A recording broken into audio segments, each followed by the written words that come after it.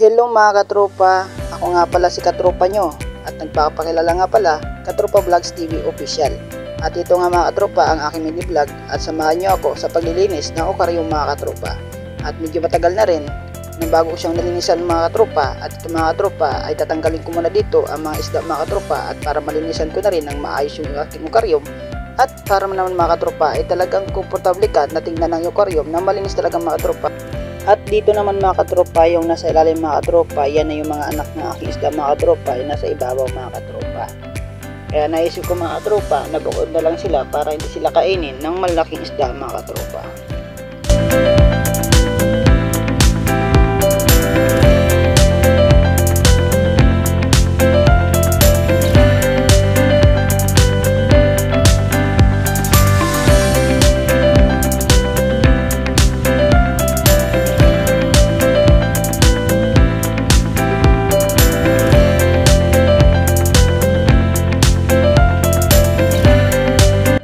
At dito nga mga katropa, ito yung nanay ng maliliit mga katropa.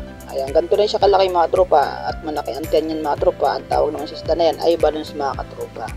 At ang ginawa ko talaga mga katropa ay tanggalin ko muna yung isda bago talaga linisin mga katropa. At ito nga mga katropa ay napakaganda ng kulay at napakatingkad mga katropa dahil nga yan sa vitamins mga katropa na nilalagay ko.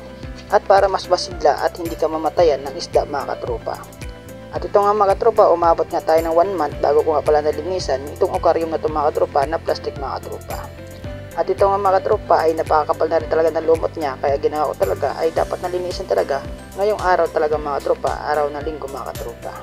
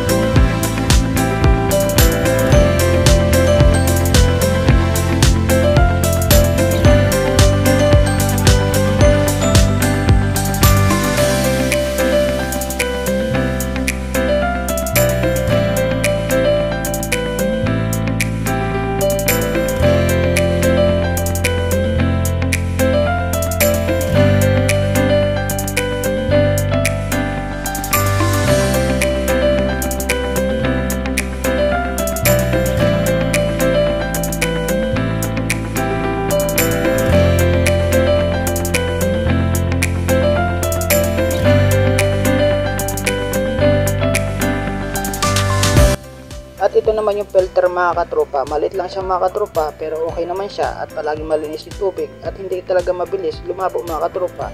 Kaya ito mga katropa ay nagpapalit ako ng tubig mga katropa 1 month mga katropa o bago siya linisan mga katropa. Kaya mga katropa, napakalaking tulong talaga pag mag-filter mga katropa, kahit pa yung isda mo mga katropa na hindi naman nangangailangan ng oxygen mga katropa, mas importante pa rin na may filter talaga siya mga katropa.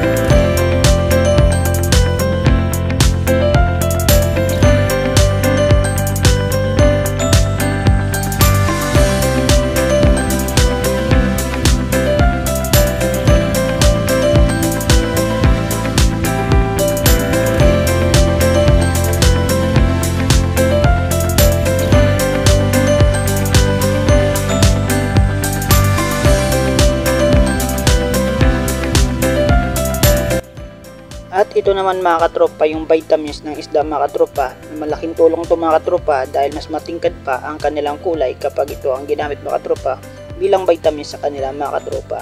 Kaya ito mga katropa, kagandahan sa kanyang mga katropa ay mas maganda talaga na bumili tayong vitamins mga katropa para iwas na rin mapatayan ng isda mga katropa. At ito mga katropa ay napakadali talaga niya alagaan mga katropa itong isda na to dahil hindi naman siya nangangailangan ng oxygen mga katropa. At ito naman mga katropa ang PO1 na pagkain ng aking isda mga katropa, nabili ko lang ito katropa, nasa TikTok lang ito mga katropa. Kaya ito mga katropa, ang ating isda mga katropa ay napakabilis dumami.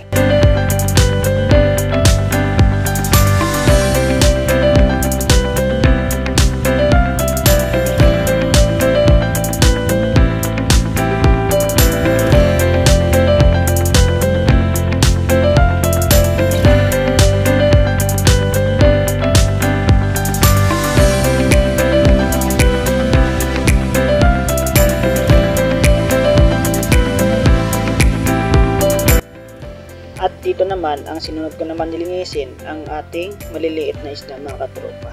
Ang ginawa ko lang dyan mga katropa, dahil maliliit pa nga sila mga katropa, ay pinahigop ko na lang muna yung kanilang dumi mga katropa na nasa ilalim mga katropa.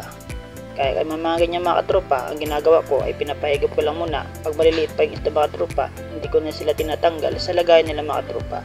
Ang ginagawa ko lang ay pinapasipsip ko lang yung kanilang dumi mga katropa. Ito na nga siya mga katropa, ay malalaki na ito mga katropa, at yung iba naman mga katropa malalaki na ay lilipat ko na dun sa mga nanay mga katropa, para naman hindi na sila magsiksikan sa isang hukaryo mga katropa na maliit na sa kanila mga katropa.